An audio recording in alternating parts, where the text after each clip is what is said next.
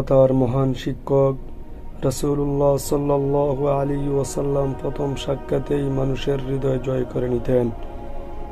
মক্কা বিজয়ের পর ইসলামের শেকড় যখন মজবুত হলো, মদিনায় রাসূলুল্লাহ সাল্লাল্লাহু আলাইহি ওয়াসাল্লামের কাছে বিভিন্ন গোত্রের প্রতিনিধি দল আসতে শুরু করলো। এই ধারাবাহিকতায় আবদে কায়েস গোত্রের প্রতিনিধি দলও রাসূলুল্লাহ সাল্লাল্লাহু আলাইহি ওয়াসাল্লামের সঙ্গে সাক্ষাৎ করতে এলো। রাসূলুল্লাহ সাল্লাল্লাহু আলাইহি ওয়াসাল্লাম তাদেরকে আসতে দেখে সওয়ারি হতে নামার পূর্বেই তাদের অভ্যর্থনা জানাতে গিয়ে গেলেন। তিনি তাদের উদ্দেশ্যে বললেন, স্বাগতম হে আগত প্রতিনিধি দল, লাঞ্ছনা বা লজ্জা নয়, আমাদের পক্ষে হতে তোমাদের প্রতি সুসংবাদ। তারাও সওয়ারি থেকে নেমেই রাসূলুল্লাহ সাল্লাল্লাহু আলাইহি ওয়াসাল্লামকে সালাম জানাতে ছুটে এলো। এভাবে অভ্যর্থনা পর্ব শেষ হওয়ার পর তারা বলল, আল্লাহর রাসূল, আপনার কাছে আসার পথে মুজার গোত্রের মসজিদদের একটি জনপদ পড়ে, তাই যুদ্ধ নিষিদ্ধ মাসগুলো ছাড়া অন্য সময় আপনার কাছে আসার কোনো সুযোগ আমাদের নেই।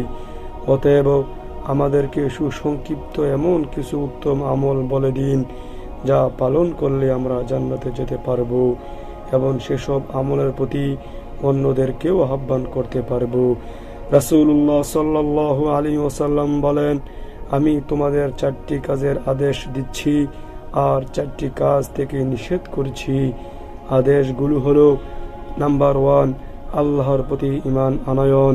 তোমরা কি আল্লাহর প্রতি ঈমান আনয়নের উদ্দেশ্য জানো? তারা বলল, আল্লাহ তার রাসূল ভালো জানেন। নবীজি বললেন, ঈমান হলো এই মর্মে সাক্ষ্য দেওয়া যে আল্লাহ ছাড়া কোনো মাবুদ নেই। নাম্বার 2, নামাজ কায়েম করা। নাম্বার 3, যাকাত প্রদান করা।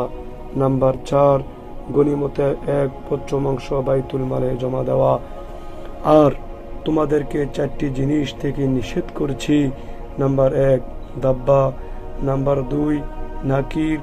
নাম্বার 3, হান্তাম। নাম্বার 4, মুজাফফাত। সহিহ বুখারী, মুসলিম শরীফ। এগুলো মদ পান করার বিভিন্ন পাত্রের নাম। উদ্দেশ্য হলো মদ পান থেকে বিরত থাকতে হবে।